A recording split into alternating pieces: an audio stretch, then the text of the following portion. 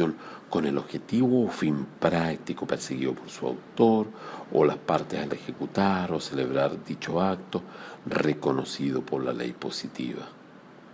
Los efectos de un acto jurídico las podemos resumir en dos clasificaciones: los efectos esenciales, naturales y accidentales. Y por otra parte, una segunda clasificación, los efectos directos e indirectos. En esta primera clasificación de los efectos esenciales, determinados legalmente y a los que el autor o las partes no pueden sustraerse. Ejemplo, en el contrato de compra-venta, obligación del comprador de pagar el precio al serle entregada la cosa. Los efectos naturales, los establecidos legalmente, pero el autor podría sustraerse a ellos sin que se afecte la existencia o validez del acto. Ejemplo, la obligación de saneamiento en el contrato de compra-venta. Después tenemos los efectos accidentales. Cualquiera que el autor o las partes deseen incorporar, siempre que no vayan contra la ley, moral o el orden público y las buenas costumbres.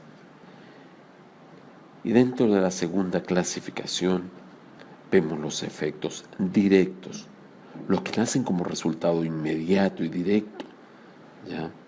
Y directo de los actos jurídicos. Ejemplo, la obligación de efectuar la tradición o entrega de la cosa en la compraventa al ser entregado el precio. Luego tenemos los efectos indirectos. Nacen como resultado mediato o indirecto de los actos jurídicos celebrados. Ejemplo, petición de alimentos entre cónyuges en el contrato matrimonial.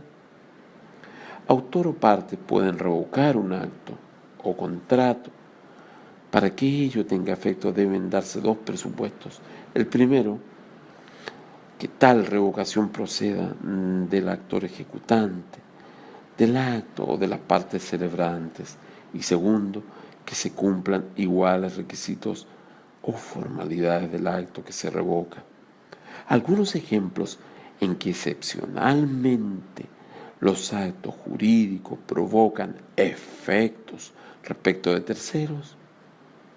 Por ejemplo, en los actos jurídicos unilaterales como el testamento, sus efectos alcanzan a herederos y legatarios en su calidad de acreedores testamentarios. Y otro, en los actos jurídicos bilaterales.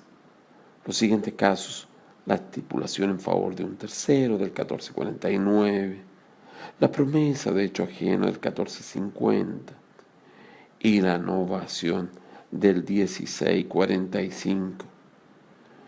Hemos tratado de hacer un breve compacto y no utilizar las grandes clasificaciones de los actos jurídicos y sus efectos que se encuentran en la mayoría de la doctrina, solo con la idea de que al ver este video uno se recuerde rápidamente que detrás de toda la teoría del acto jurídico es preciso al menos tener una pincelada de la importancia que tienen los efectos, para que luego veremos en el caso de los contratos y las obligaciones y en general todo el resto de la doctrina y en general del conocimiento del derecho civil.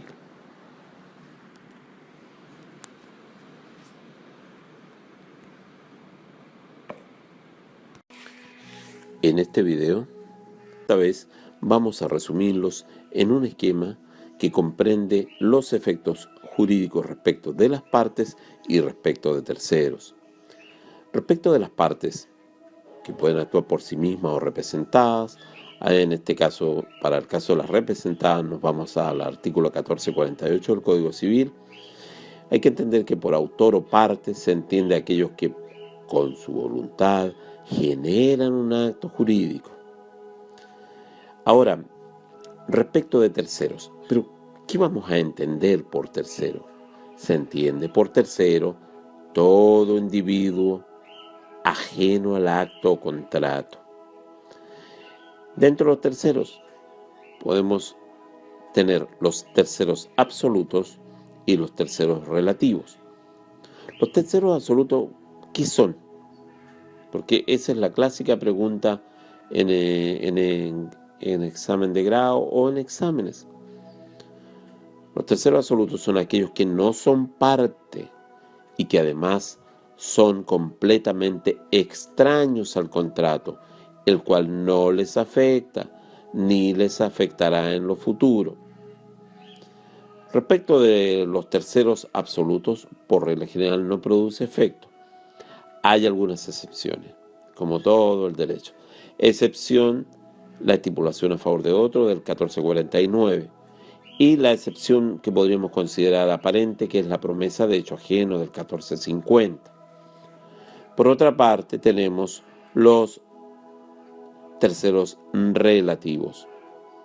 Y estos pueden ser a título universal, por ejemplo, los herederos.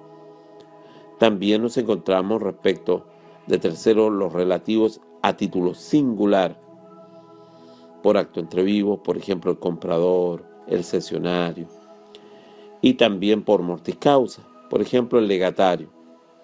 Pero, ¿qué son los terceros relativos? Son aquellos que no son parte al momento de celebrar el contrato, pero con posterioridad entran en la relación jurídico-obligacional, ¿ya?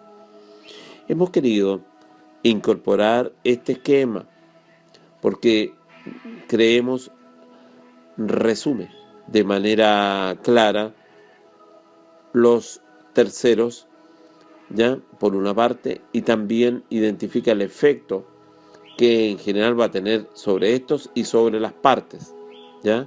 Esto también lo vamos a ver y es base para entender algunas instituciones en derecho procesal civil que luego veremos en otros videos.